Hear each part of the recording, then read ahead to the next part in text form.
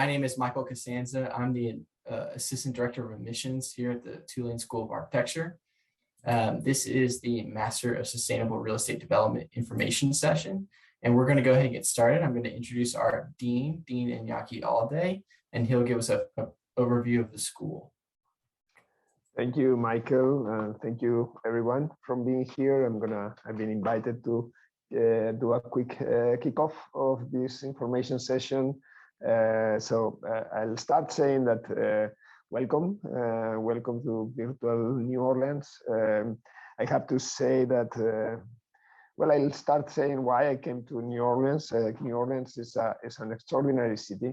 As probably most of you know already, it's a city that is full of history.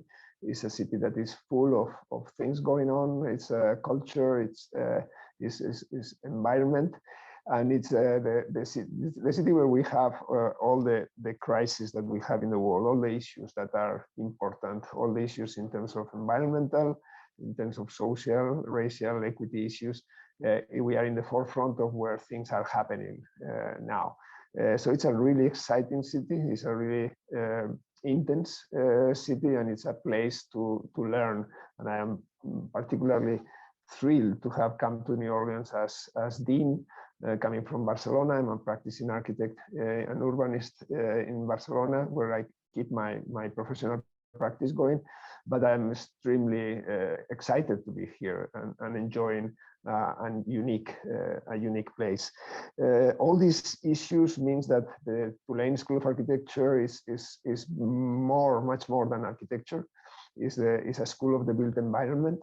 It's a school that has real estate development, preservation, design, architecture. Very soon we'll have engineering and landscape architecture in a combined degree with the School of Science and Engineering.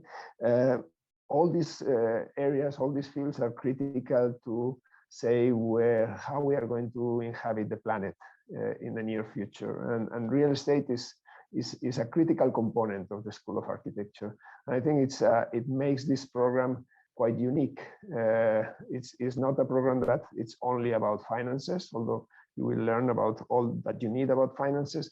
It's a program that helps to understand how to shape the world from the development side.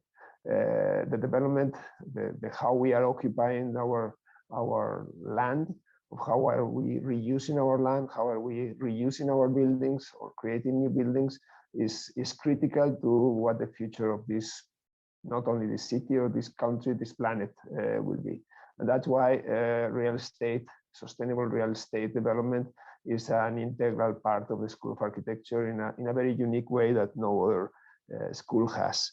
I have to say, just to end, that Tulane, as you probably know, is one of the top research universities in the United States and North America. Is one of the small ones, which means it's very nimble, it's very easy to go across, it's very easy to go from one department and one program to another, to get to know faculty at the school of the different programs, but also beyond the school, and to take advantage of a top research university that is much more accessible, not organized in silos. That is Tulane. Tulane is in an extraordinary moment of growth, of more and more interest. We have our admissions are going really high. The interest that the university is gathering across the country and across the world is enormous, and we are very happy to have you interested in our programs. One of our main programs, as I'm saying, one of the most important programs for the Tulane School of Architecture. So thank you very much. I hope you enjoy the rest of the session and you get the information that you need. Thank you. Thank you, Dean Iñaki. That was great. Now I'll introduce Cassius Peeler, who is our Program Director for Real Estate Development. Sure, thank you, Michael. And thank you to Dean Alday. Dean Alday had to step out of another meeting to join us, so he's gone back to that meeting, but I'm glad to have you all here. I'm going to share my screen with a presentation, and not that one, of course. my name is Cassius Peeler. If you've probably been on the website, you've probably seen me already, but I am the director of the Real Estate Development Program and have been an alum from the School of Architecture. I was in the architecture program as an undergraduate student, and this real estate program really is connected to the School of Architecture. With this the 12th year of the program, and so we're expanding at the undergraduate level as well as maintaining and strengthening the graduate level. And like I said, you met me, you've seen me online. My professional work, though, is as an attorney, a real estate attorney. I went to law school and practiced mostly in public housing redevelopment, so representing large-scale public agencies doing redevelopment projects, mixed use, mixed finance housing redevelopments, and also worked at the U.S. Green Building Council as the director of affordable housing for them. So it was an opportunity to combine the affordable housing mission of the public housing work that I had done with a more explicit environmental mission.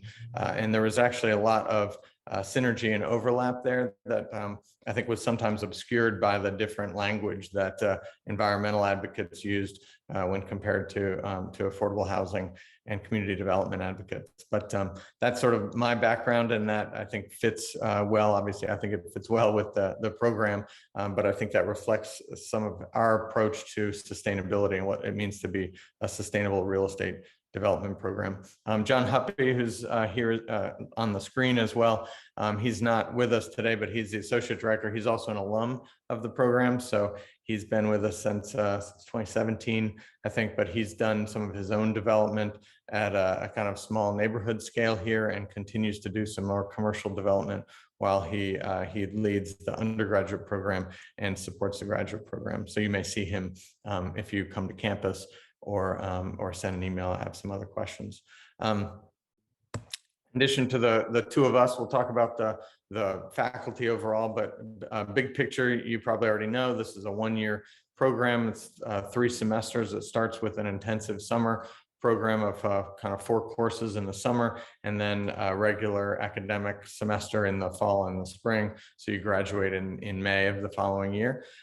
It's an interdisciplinary program, as Dean Alday mentioned. The school itself is interdisciplinary. The university is kind of complex enough, but also small enough at a scale where you can connect across disciplines, even at the university level. But this program also attempts to do that in our curriculum and our faculty. And then it's a very practice-oriented curriculum. So the content, but also, again, the faculty are mostly adjunct faculty who are active in the field locally and nationally. Here's some images of our adjunct faculty.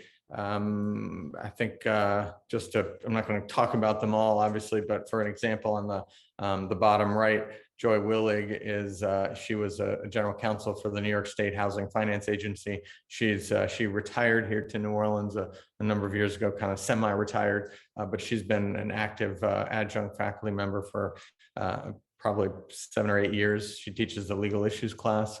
All the way on the left at the bottom, Robin Keegan she's actually not teaching this year because she was appointed by President Biden to lead the Office of Economic Development at HUD in Washington, D.C., but hopefully she'll be back. Just above her, Richard Allen teaches the core finance course in the fall. We have a number of finance courses, but the kind of core courses in the fall, and he's vice president at Stonehenge Investments. So Stonehenge is the largest investor of housing historic tax credits at both the state level in Louisiana and nationally. So he's got a lot of development experience, but the other folks here are either developers in their own rights, working for nonprofit developers, or active in other kind of public agencies involved in development. And I think they form a lot of the kind of skills, the core skills that we provide in the program. We also try to provide a perspective on the industry that can carry you through your career. That things are going to change, and hopefully you'll be leading some of those changes. And our core faculty of full-time faculty can help with that piece especially. So our other faculty are active on the ground now, but these two faculty, Jesse Keenan and Daniela Rivero, are full-time and doing research in addition to their backgrounds prior to coming here in practice. Jesse Keenan is a national expert on the relationship between climate change and real estate trends generally. So he's not just sort of talking theoretically about what we predict might happen as flooding gets greater, or wildfires get greater, or insurance losses get greater for whatever reason. He's able to quantify, however small or slight, trends. He's quantifying real trends that correlate with climate change that we're starting to see already today. So I think being on the forefront of that kind of scale approach to anticipate some changes that may affect real estate where you're practicing, or certainly nationally.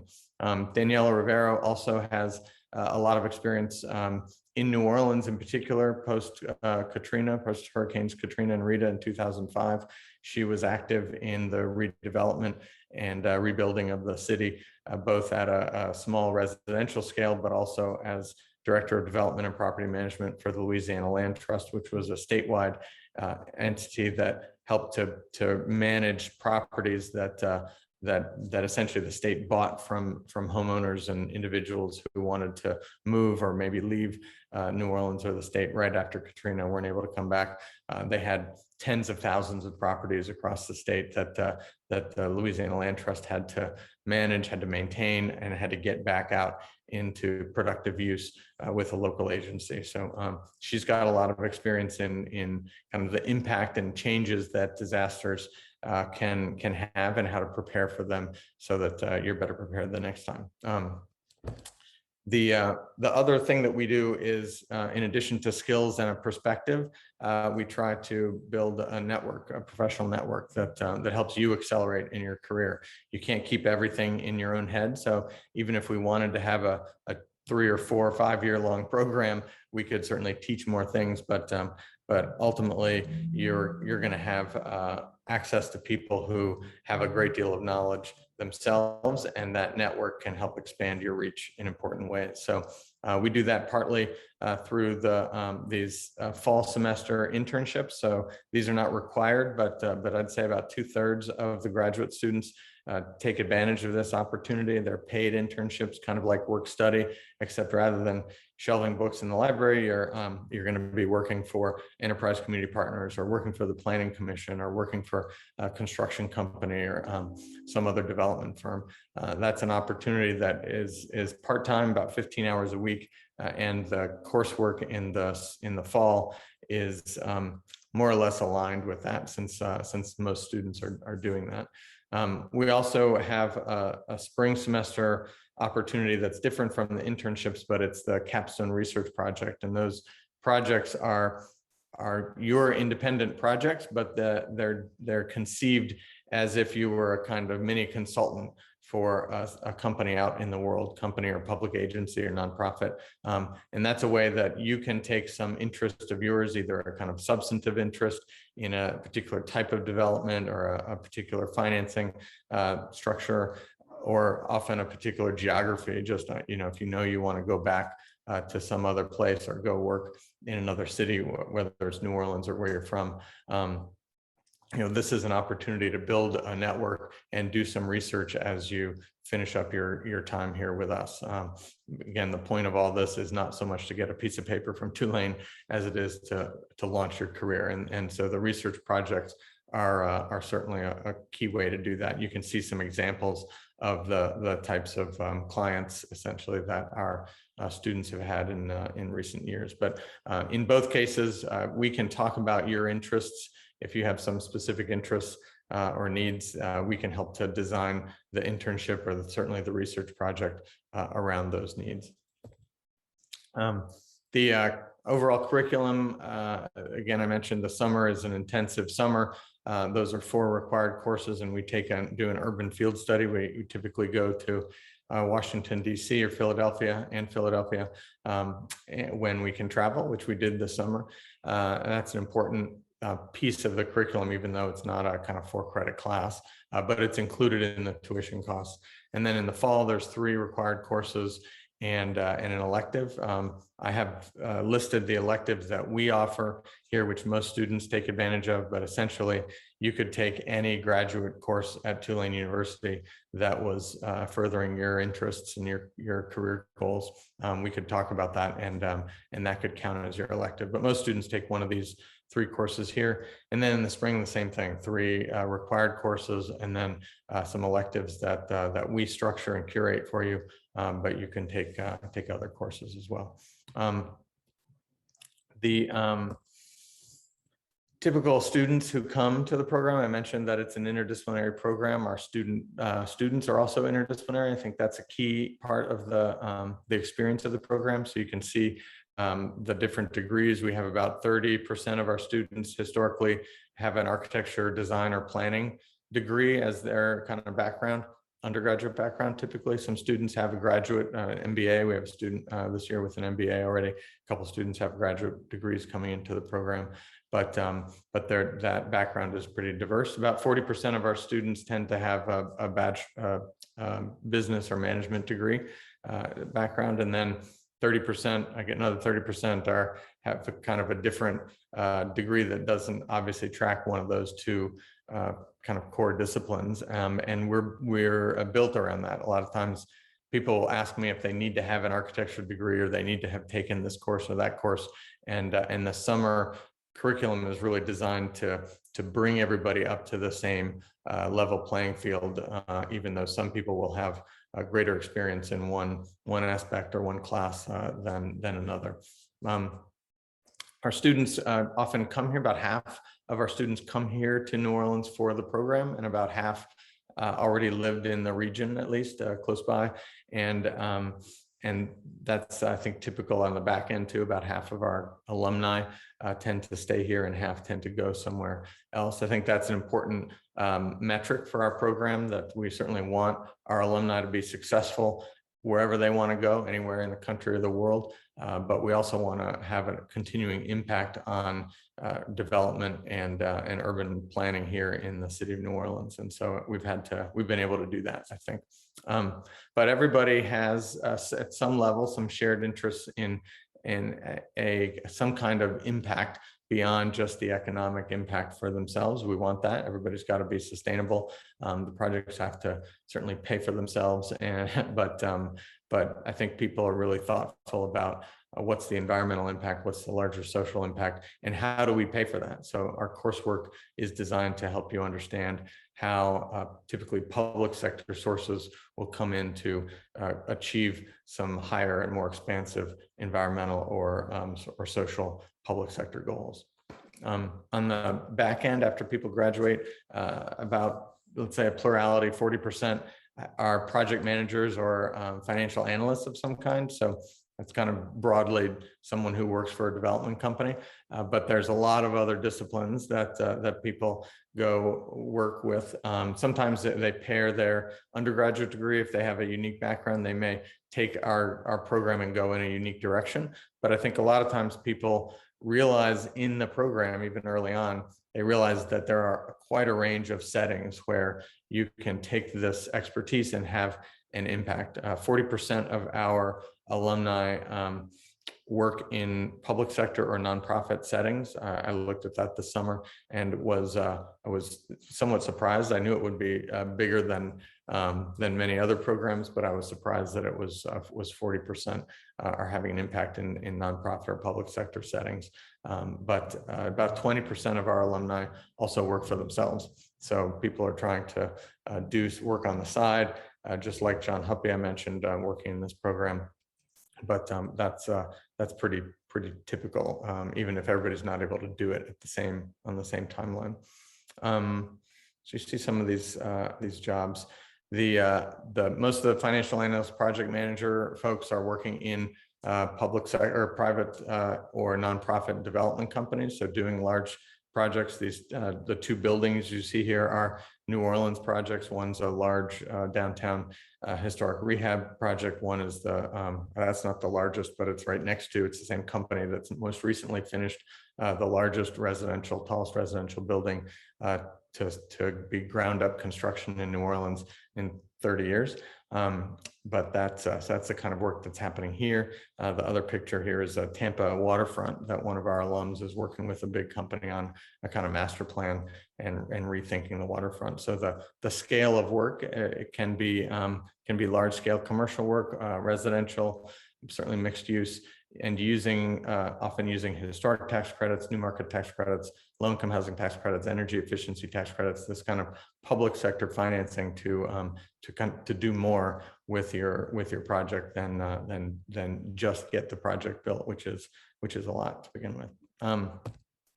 We also have, as I mentioned, people working in different settings. So working at the Sewage and Water Board, public utility, Entergy New Orleans, a lot of places, big companies have real estate as a component of just what they do. So one of our alums helps to manage Entergy New Orleans real estate around it's actually not just Entergy New Orleans, I should say. He does Louisiana, Arkansas, and Mississippi. They have warehouses, they have other facilities, offices. So they have a big real estate group. Ruby Slipper is a local kind of a regional chain now, and as they expand, one of our alums is helping to lead that expansion, finding new sites in other cities and managing the properties that they do have.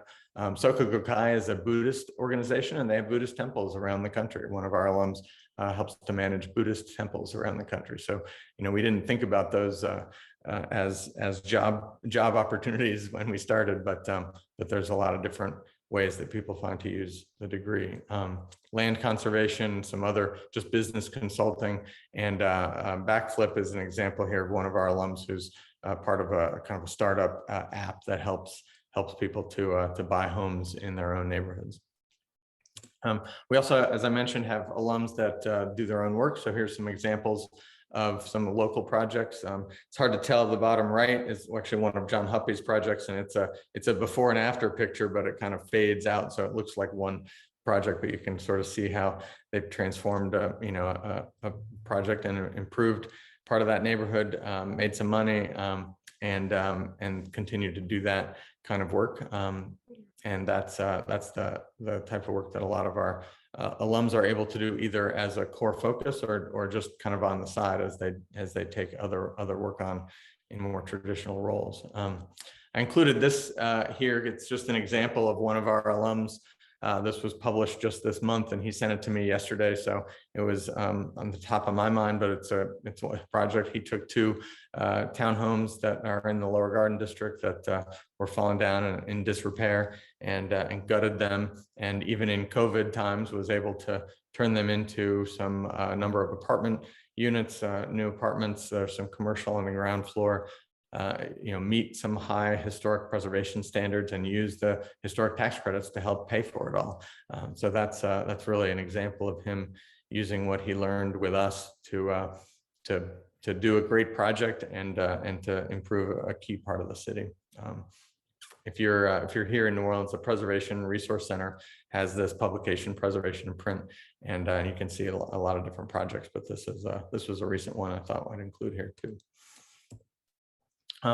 Speaking of tax credits and investments, the cost of the program is $76,000 roughly. That's the current this year, so it'll change a little bit for next year. That's the standard Tulane tuition and fees for each semester, and then the summer program is a little bit reduced. It's in the summer, and that includes, as I mentioned, the summer trip, and there's also a fall trip that we take that's included in that. We have some merit grants that are available just through the normal application process. It's not a separate application. Those are mostly merit-based grants. We also this year have a new opportunity, a Boudreaux Scholarship, which is additional funds that's aimed at diversifying our student body and ultimately diversifying the profession, the people doing this work. And so that's a new opportunity we can talk more about. And then I mentioned the internships are paid. They're not a large amount of money. It's about $2,500 a semester, but that's another source of funding. And then of course, Tulane's financial aid office. Most students are taking out some federal loans typically if they qualify for those, and that's that's how most people are financing their the remaining part of their program. We'll talk more about the application requirements. They're pretty straightforward. Form online. Many of you have already started that application, so congratulations. But you have to submit a transcript from your undergraduate program, a resume, and then I think the personal statement for me is the most important part of really looking at what's your perspective, what do you bring, but also why do you want to do this program at this time. And I always say, if you think about this personal statement as if you're trying to convince yourself that this is the right time and this is the right program, then that'll be convincing to us. But we want to know, we don't want a different way to tell us all about your resume. We want to know what you hope to do after the program is done, and we can help figure out if we can help you get there. We have 2 letters of recommendation, which are typical, but we have an option. Some people have not always either had someone they felt they could ask for a recommendation, or wanted to bother them doing that, or maybe it's somebody they work for and they don't want to necessarily say that they're applying to a program yet.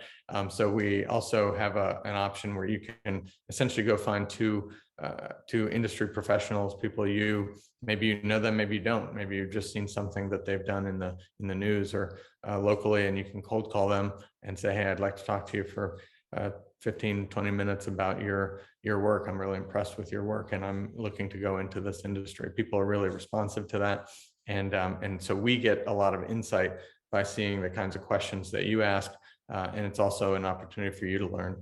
I encourage people who do that to think about one of those interviews as focusing on that person's career. How did they get where they are? What were the choices and opportunities that took them on the path that they ultimately got them where they are? And then I think the other, if you can focus more on, okay, what's over the horizon? What would you recommend to somebody, given everything you know and everything you see? What would you recommend to me, just either starting out or making a transition in my own professional career? And then for international students, we have a TOEFL exam. And if you've gone to an undergraduate degree program that's English speaking, then you don't need to do that. But most international students will submit a TOEFL as well. And we have an opportunity for an online interview. Basically, we just talk about the program again, but that's another way to kind of help us understand more about what you're hoping to do, and help you make good choices too about what's next. So key dates, the big one is January 15th, of course. You're probably aware of that. That's our application deadline. And then within a couple of weeks, usually before the 15th, we'll get the admission decisions out. We'll have another open house. Hopefully we can do an in-person open house in late March. But then there's a commitment date of April 15th, because we start fast right after that at the end of May, first week of June. And we look forward to seeing you then. So you met Michael briefly, but we're gonna stick around to answer any questions you have. Michael has probably some other details and insights that he wants to share, and then we'll open up for questions, which you should feel free to type in the chat, or Michael, I'm not sure if people can actually ask verbally, but at least you can type in the chat or the Q&A. Yes, please type in the chat or the Q&A function, and we'll answer those questions. That was a great presentation, really encompassed all the details of the program. So I don't have much to add. I will say, if you are an international student and you're wanting to submit test scores, the TOEFL, we're looking for above a 78. That's like our minimum requirement, and a 6.5 on the IELTS is a minimum requirement for us. So just keep those numbers in mind. You may be asking, do we need the GRE or the GMAT? We do not require those scores anymore. If you've taken it, great, you can go ahead and send it to us, but we will not require that as part of the application. Our application is live now, so if, after this session, you will receive an email with the link to apply if you haven't done so already. So you can go ahead and apply today. And then if you've already submitted your application, and you're still waiting on to return those materials, you have until January 15th, but the earlier the better, right? So that's all I have to say. We're open for questions. If you have anything to throw it in there. One question I did have, Cassius, is I was curious, how many students do you know from taking the fall internships actually get jobs with those internships? It's a good question. A lot of people think that. I don't think of it as primarily a way to get a job with that host. That's certainly not what they're always thinking. We do have there's one woman I know of who works now for the same folks that she interned with. We do have a number of people who will carry it over into the spring. I think that's more common, where everybody likes the situations working out well. They feel they have the time. And then I really encourage students and the hosts, honestly, to take over the responsibility of paying the student at that point. So our program ends in the fall, but a lot of people will maintain that relationship in the spring. And I've been also last week. So I know 2 people who have gotten jobs with their internship hosts, but I think I encourage people not to think of that as the goal, Right. But it's certainly a possibility. Great. We have a question here. What is the general class size? And I'll also add, is there a cap on how many students can enter the program? Yeah, interesting. We've historically been 15 to 20 students. I think that's really the right size, personally. Too much bigger than that, and especially with adjunct faculty, and it can get a big class. I guess there could be some benefits to that, but I think the 15 to 20 is really the size that we aim for. And that allows some diversity of kind of perspectives and backgrounds and experience. One thing I think I did forget to mention, our average age for students is about 28, but that masks a kind of variety of, we have a number of students who come right out of undergrad.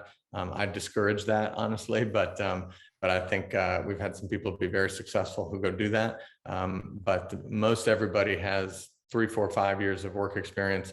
And then we often have a couple of people who are more senior, kind of in maybe a career transition. And so that average is about 28 years with a couple of years of experience. Not always in real estate. I think that's not as important, I think, as having some experience in the world, because it's hard to find something that really doesn't help you think differently about real estate. I had we had a woman who went to the program, but she was applying and she said, well, I'm a police officer, is that a good background for this program?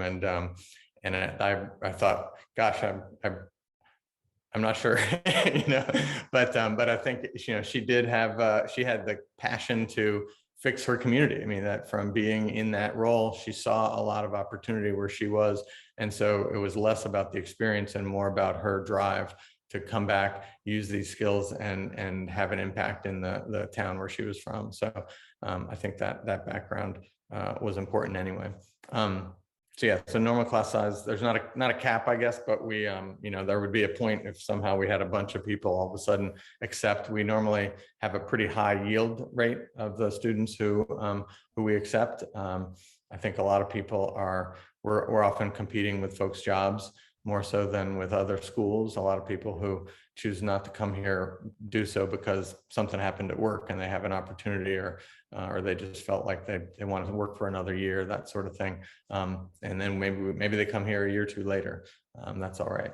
But I think, that's the kinds of folks who apply are usually feel pretty good about this program, or maybe a small number of programs that make sense for them. Great. That's great. I want to ask too, what sets our program apart from maybe some other programs across the country?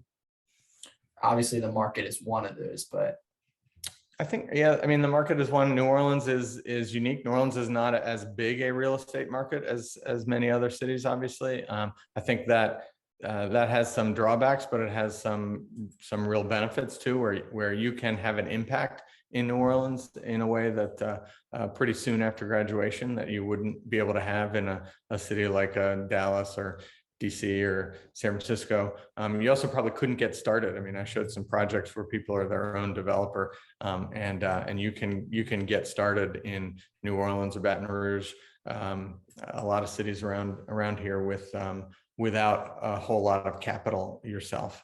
So I think that's an opportunity, but the core piece that I think distinguishes our program, I mean, it is in the School of Architecture. There are increasingly more programs that are in schools of architecture, and I think of them as a little bit more focused on development, kind of seeing something that doesn't exist in your mind and then making it happen, creating it.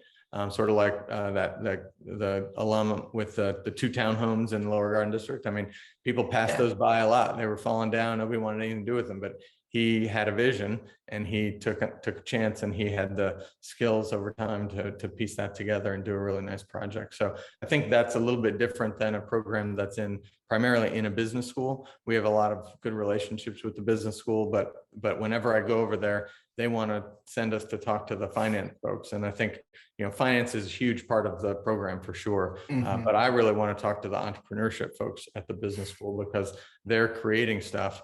And that's really what this program is about. I think in New Orleans too, I'm giving you a long answer, Michael, but it's okay. I think in New Orleans too, this program started post Katrina. It's not anymore about rebuilding. We're not still rebuilding after Katrina. We have challenges. We had challenges before Katrina. We got challenges now.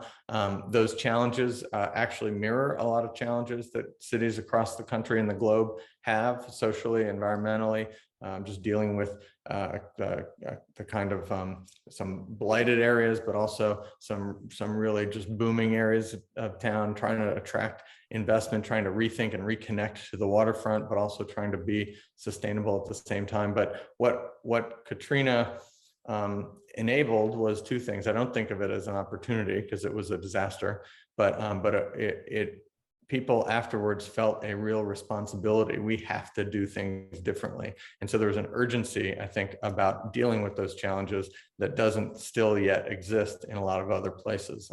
We haven't figured out all the answers, but I think there's a cohesion about we gotta do things differently. One other thing I mentioned, I see Brian on the call, and I talked to him yesterday about this, that New Orleans as a real estate market is collegial.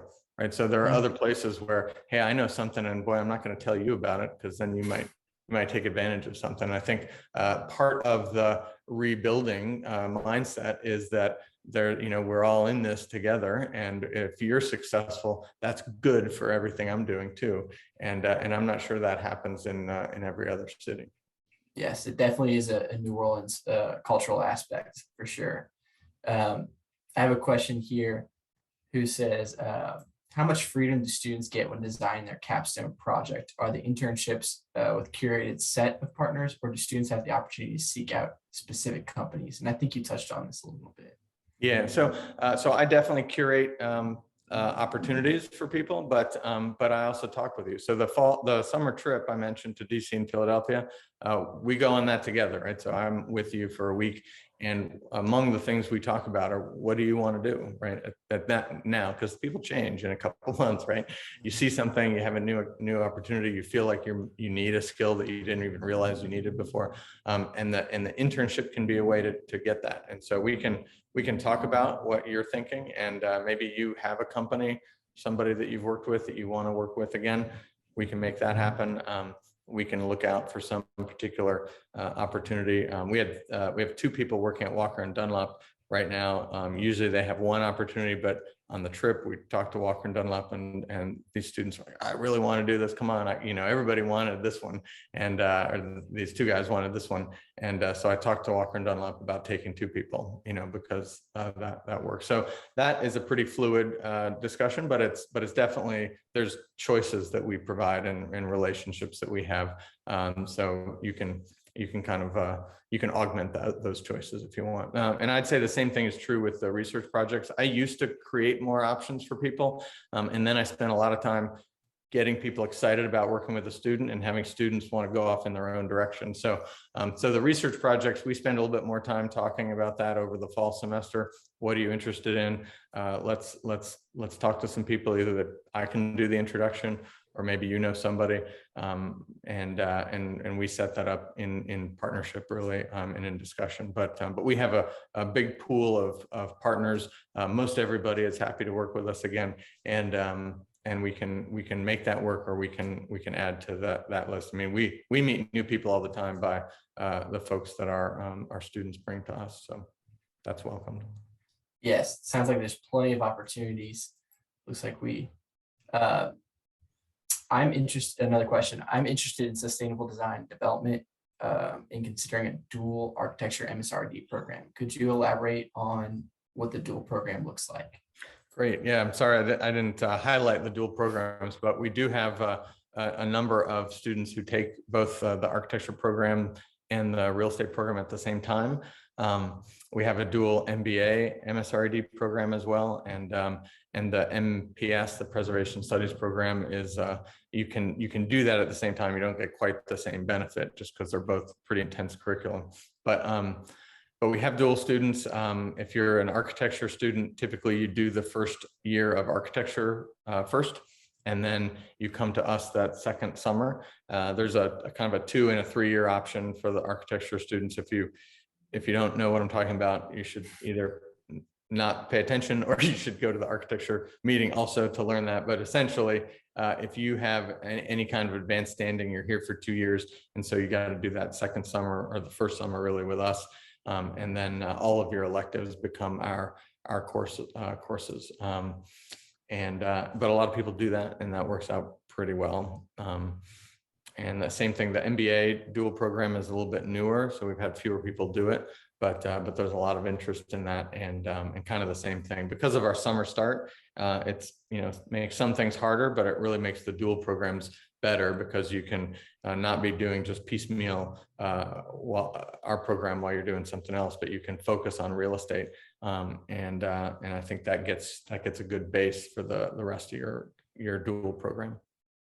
Yes, and we have more information about our dual programs on our website, as well as course descriptions and a course flow. So you can see all that on our website if you have more questions about dual degrees. With that, we're going to wrap up our information session. Thank you, Cassius, for all of this great information. Remember, our application is live. You will receive the link after this info session concludes. We want to thank you all for coming today, and have a great day. Thank you. Bye, y'all.